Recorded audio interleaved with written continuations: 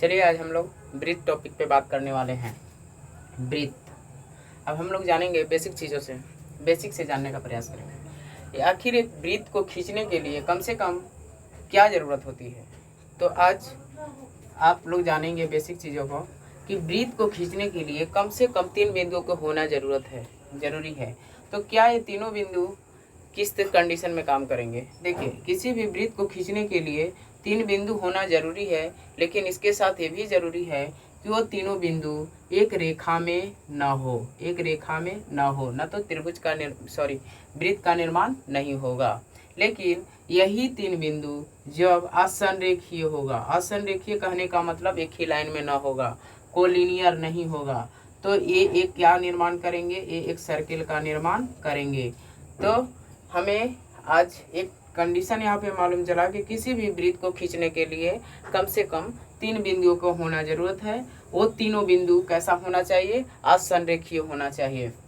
अब हम लोग देखते हैं कि जैसे ये एक सर्किल है, ये एक सर्किल है, जैसे ये एक सर्किल है, सर्किल के अंदर में आप देखेंगे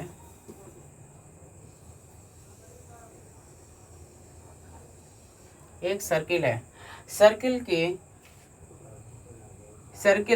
के यानी सेंटर से परिधि पर खींची गई लंबाई को ही हम लोग क्या कहते हैं, त्रिज्या कहते हैं। सेंटर से परिधि पर खींची गई लंबाई को ही हम लोग क्या कहते हैं, त्रिज्या कहते हैं। अगर आप इसी त्रिज्या को अगर दूसरी ओर परिधि पर खींचेंगे तो ये पूरा व्यास बन जाता है। यानी ये 2 त्रिज्या का मान जो होता है एक व्यास के बराबर होता है। अब देखेंगे कि इसी ब्रीथ के 2 बिंदु यानी ब्रीथ के परिधि पर स्थित 2 बिंदु जैसे ए और बी दोनों को मिलाने वाली रेखा को क्या कहते हैं, जीवा कहते हैं। ब्रीथ के किसी भी 2 बिंदुओं को मिलाने वाली, ब्रीथ के परिधि पर स्थित किसी 2 बिंदु को मिलाने वाली रेखा को क्या कहते हैं, जीवा कहते हैं। जैसे मान लेते हैं ये एक ब्रीथ है, अगर यहाँ पर एक पॉइंट है, यहाँ पर एक पॉइंट है, तो इसको भी मिलाएंगे तो एक जीवा होगा। लेकिन सबसे बड़ी जीवा जो होगा वो ब्रीथ का व्यास होगा, क्योंकि आप जानते हैं कि इसके साइड में भी जाएंगे तो क्या लाइनिंग छोटा होते चला जाएगा, लेकिन सबसे बड़ी जीवा जो होगा वो ब्रीथ का व्यास होगा। अब आगे बढ़ते हैं। जैसे एक ब्रीथ है, ब्रीथ को एक जीवा जैसे एक कट किया, तो ब्रीथ के जब एक जीवा यहाँ पर कट करता है जैसे ए बी, तो ये एक जीवा है, क्योंकि परिधि के 2 बिंदुओं को क्या किया है, लाइन से मीट किया है, उसको जीवा कहते हैं। जीवा का जो हिस्सा एक कटा हुआ हिस्सा है इसी को बोलते हैं आर्क, इसी को बोलते हैं आर्क, जिसको बोलते हैं हम लोग चाप। जैसे ए बी चाप, ऐसे करके चाप का साइन देते हैं। अब जानेंगे इसी ब्रीथ में अगर एक देखेंगे कि ये जीवा 2 भागों में ब्रीथ को क्या कर रहा है, काट रहा है, तो ये छोटा वाला हिस्सा को लघु खंड बोलेंगे और बड़ा वाला को दीर्घ वृत्त खंड बोलेंगे। ऊपर वाला को बोलेंगे दीर्घ वृत्त खंड और नीचे वाला को बोलेंगे, यानी छोटा हिस्सा को बोलेंगे लघु वृत्त खंड। आप समझ पा रहे होंगे। चलिए अब आगे चलते हैं। इसी ब्रीथ में जब ये ब्रीथ ऐसे करके एक ब्रीथ का निर्माण करते हैं। अब इस ब्रीथ में आप देखेंगे कि इस ब्रीथ के एक स्पर्शक, यानी इसको नाम है टेंजेंट, स्पर्शक ब्रीथ के किसी एक बिंदु पर अगर उस लाइन से स्पर्शक, एक बिंदु से अगर स्पर्शक खींचा जाता है और उसके केंद्र से एक स्पर्शक पर लाइन खींचा जाता है, केंद्र से उस स्पर्शक पर, ब्रीथ के परिधि वाले जो स्पर्शक है उस पर अगर लाइन खींचा जाता है तो वो परपेंडिकुलर होता है। इसी टेंजेंट में अगर ये एक ब्रीथ है, अगर ये ब्रीथ है तो आप इस ब्रीथ को देख पा रहे हैं। इस ब्रीथ में अगर ये टेंजेंट जैसे हमने खींचा, टेंजेंट स्पर्शक को ही टेंजेंट बोलते हैं। ये टेंजेंट खींचने के बाद आप देखेंगे कि ये एक जीवा है जो स्पर्शक को क्या करता है, टच करता है।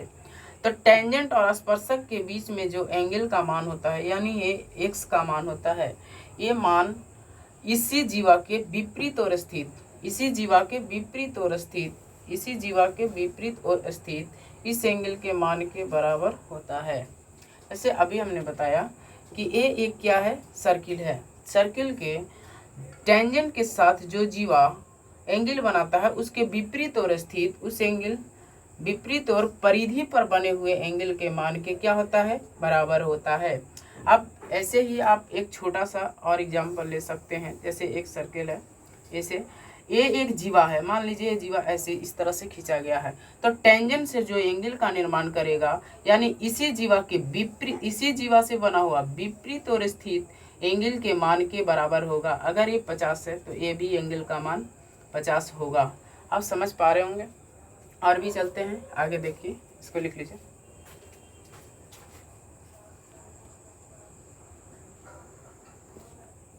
चलिए आशा करते हैं आप लोग लिख लिए होंगे। चलिए आगे बढ़ते हैं।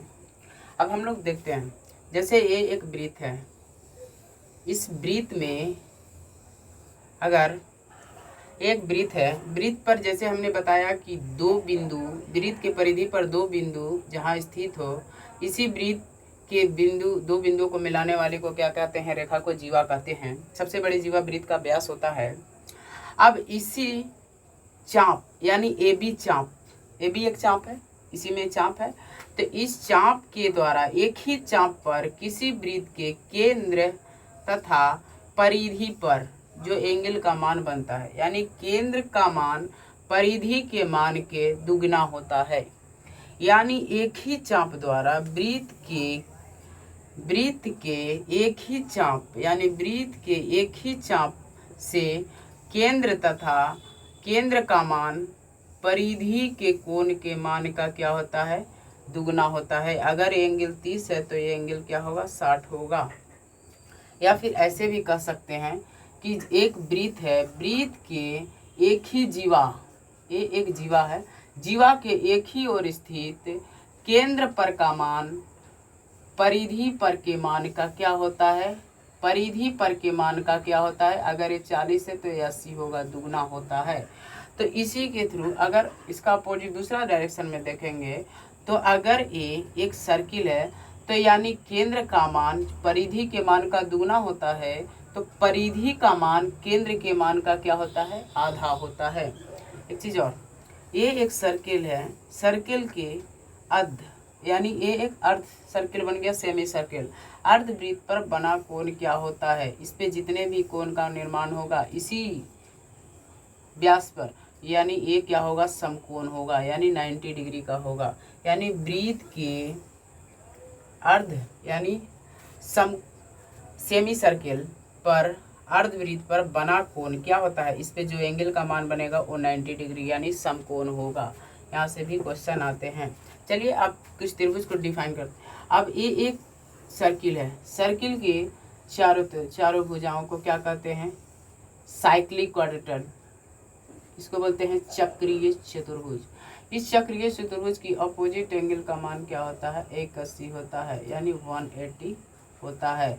यानी एंगल का मान ए प्लस एंगल सी का मान और डी और बी का मान दोनों का सम क्या होगा, 180। आज आप लोग इस थ्योरी को कर लीजिए, उसके बाद मैं अगले दिन इसके पे अलग अलग तरह का क्वेश्चन तैयार करके लाऊंगा, आपको करवाऊंगा। चलिए आप लोग लिख लीजिए।